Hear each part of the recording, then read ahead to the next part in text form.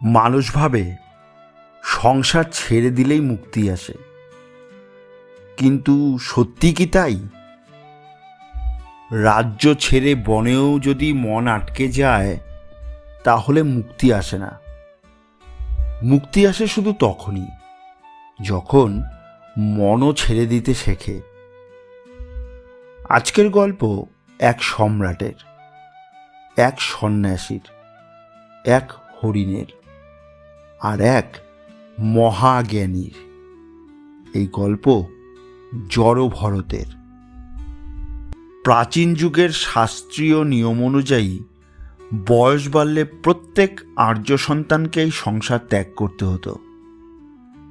নিজের সমস্ত সংসারের দায়িত্ব, ধন সম্পত্তি ও ঐশ্বর্য নিজের পুত্রের হাতে তুলে দিয়ে তাকে বানপ্রস্থ আশ্রম গ্রহণ করতে হতো। সেখানে তিনি নিজের আসল সত্তা অর্থাৎ আত্মার সম্পর্কে চিন্তা করে জীবন কাটাতেন। এভাবেই তিনি ধীরে ধীরে সংসারের বন্ধন থেকে মুক্ত হতেন। সে নিয়মের বাইরে কেউ ছিল না।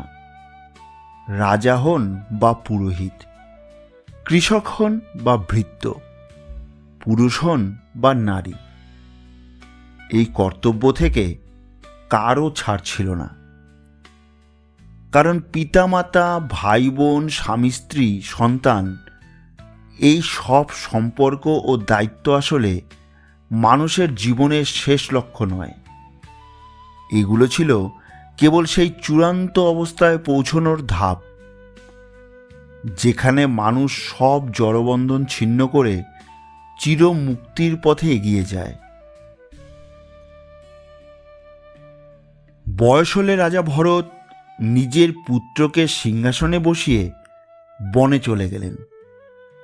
যিনি একসময় লক্ষ লক্ষ প্রজার জীবন মৃত্যুর সিদ্ধান্ত নিতেন, যিনি সোনা রূপোয় মোড়া মার্বেলের প্রাসাদে থাকতেন, যার পানপাত্র নানা রকম রত্নে সাজানো ছিল, সেই মানুষটি এখন হিমালয়ের এক নদীর ধারে কুশ আর ঘাস দিয়ে নিজের হাতে একটি ছোট্ট কুটির বানালেন।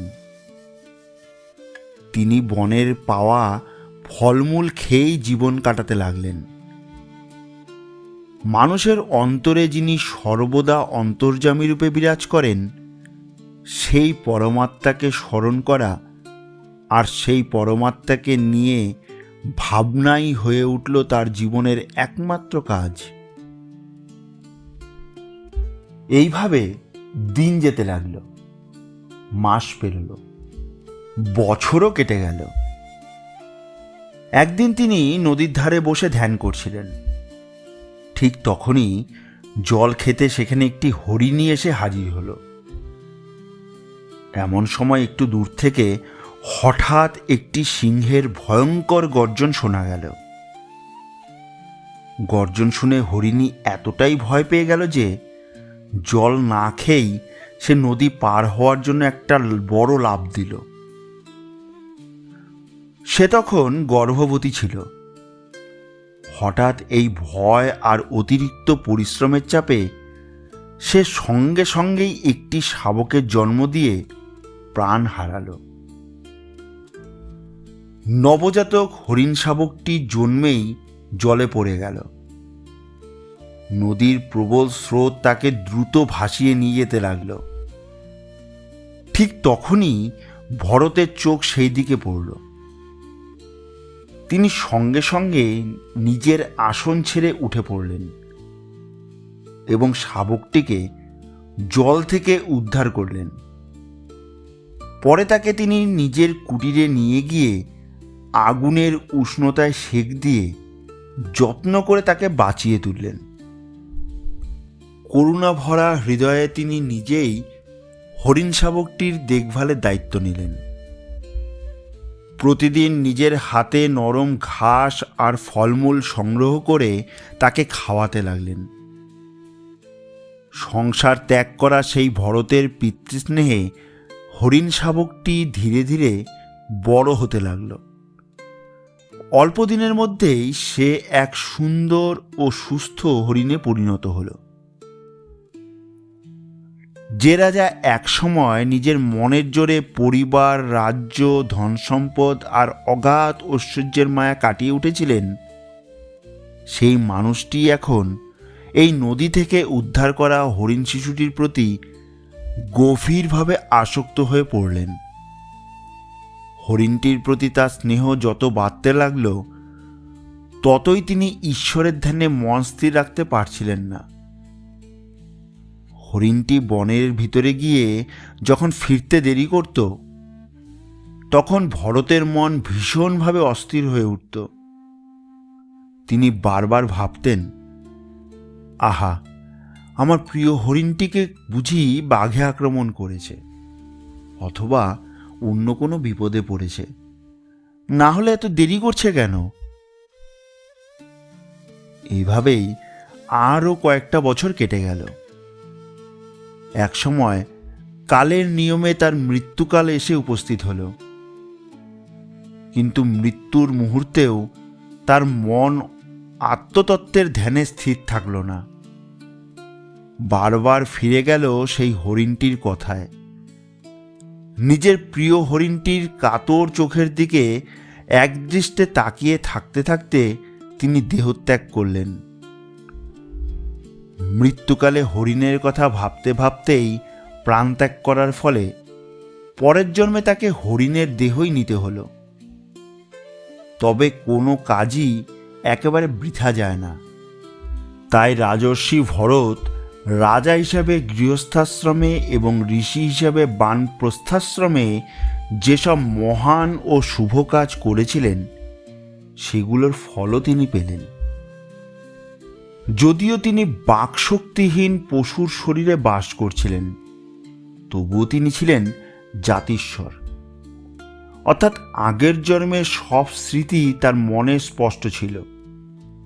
সেই কারণেই তিনি অন্য হরিণদের সঙ্গ ত্যাগ করে পূর্বজন্মের সংস্কারের টানে ঋষিদের আশ্রমের আশেপাশে ঘুরে বেড়াতেন। সেখানে প্রতিদিন যোগাভ্যাস, যজ্ঞ ও উপনিষদের আলোচনা চলত, আর তিনি নীরবে সেসব শুনে যেতেন। হরিণরূপে ভরত যথাসময়ে দেহত্যাগ করে পরের জন্মে এক ধনী ব্রাহ্মণের কনিষ্ঠ পুত্র হিসেবে জন্ম নিলেন। সেই জন্মেও তিনি জাতিস্বর ছিলেন, অর্থাৎ আগের সব জন্মের কথা তার মনে স্পষ্টভাবে মনে থাকত। তাই ছোটবেলা থেকেই তিনি দৃঢ়ভাবে ঠিক করে নিলেন আর কোনোভাবেই সংসারের ভালো মন্দে জড়িয়ে পড়বেন না। শিশুটি ধীরে ধীরে বড় হতে লাগল।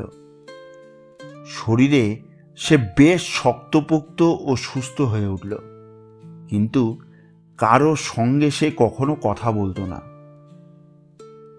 সংসারের বন্ধনে আবার আটকে পড়বেন, এই ভয়ে সে ইচ্ছা করেই জড়ো আর পাগলের মতো আচরণ করত। তার মন সবসময় সেই অনন্ত স্বরূপ পরব্রহ্মে ডুবে থাকত। জীবনের প্রয়োজনীয় কর্মফল ভোগ করে শেষ করার জন্যই সে যেন বেঁচেছিল। সময় গড়িয়ে গেলে বাবার মৃত্যু হলো। এরপর ছেলেরা নিজেদের মধ্যে বাবার সম্পত্তি ভাগ করে নিল। তারা কনিষ্ঠ ভাইটিকে নির্বোধ ও অকর্মণ্য ভেবে তার প্রাপ্য সম্পত্তি থেকে বঞ্চিত করল, আর সব নিজেরাই নিয়ে নিল। ভাইটির প্রতি তাদের একমাত্র দয়া ছিল বেঁচে থাকার মতো সামান্য খাবার তাকে দেওয়া। ভাইদের স্ত্রীরা সবসময় তার সঙ্গে খুব রূঢ় আচরণ করত এবং তাকে কঠিন পরিশ্রমের কাজে লাগিয়ে রাখত। যদি সে তাদের মনের মতো করে সব কাজ করতে না পারত, তাহলে তারা তার উপর নিষ্ঠুর ব্যবহার করত। তবু এতে তার কোনো বিরক্তি বা ভয় ছিল না। সে একটি কথাও বলতো না।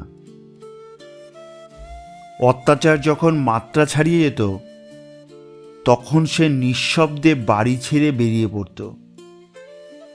ভাইদের রাগ না কমা পর্যন্ত সে ঘন্টার পর ঘন্টা গাছের নিচে বসে থাকত। তারপর তাদের রাগ পড়ে গেলে সে আবার শান্তভাবে ঘরে ফিরে আসত। একদিন জড়ভরতের ভ্রাতৃবধূরা তাকে খুব বেশি কষ্ট দিলে সে বাড়ি থেকে বেরিয়ে গিয়ে এক গাছের ছায়ায় বসে বিশ্রাম নিতে লাগল। ঠিক সেই সময় ওই দেশের রাজা পালকিতে চড়ে সেই পথ দিয়েই যাচ্ছিল। হঠাৎ রাজপালকির একজন বাহক অসুস্থ হয়ে পড়ল। রাজার অনুচররা তার বদলে আর একজন বাহক খুঁজতে লাগল। খুঁজতে খুঁজতে তারা গাছের নিচে বসে থাকা জড়ভরতকে দেখতে পেল। তাকে শক্তপোক্ত যুবক দেখে তারা জিজ্ঞেস করল, রাজার এক পালকি বাহক অসুস্থ হয়ে পড়েছে, তুমি কি তার জায়গায় পালকি বহন করবে? জড়ভরত কোনো উত্তর দিল না। অনুচররা দেখল লোকটা বেশ সবল, তাই তারা জোর করেই তাকে ধরে পালকি বহন করতে লাগল। জড়ভরত নীরবে পালকি বহন করতে শুরু করল। কিছু দূর যাওয়ার পর রাজা লক্ষ্য করলেন পালকির চলনটা ঠিক সমান হচ্ছে না। তিনি বাইরে তাকিয়ে নতুন বাহককে দেখে রাগ করে বললেন, আরে মূর্খ, যদি কাঁধে ব্যথা লাগে তাহলে একটু বিশ্রাম নে, এত কষ্ট হলে বলবি তো। তখন জড়ভরত পালকি নামিয়ে রাখল।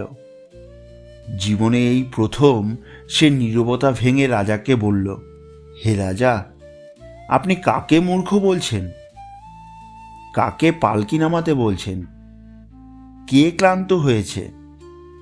আর কাকে তুই বলে সম্বোধন করছেন? আপনি যদি এই শরীরটাকেই বোঝান তাহলে দেখুন, আপনার শরীর আর আমার শরীর দুটোই তো একই 5 উপাদানে তৈরি। আর এই দেহ তো জড় অচেতন, এর আবার ক্লান্তি কিসের?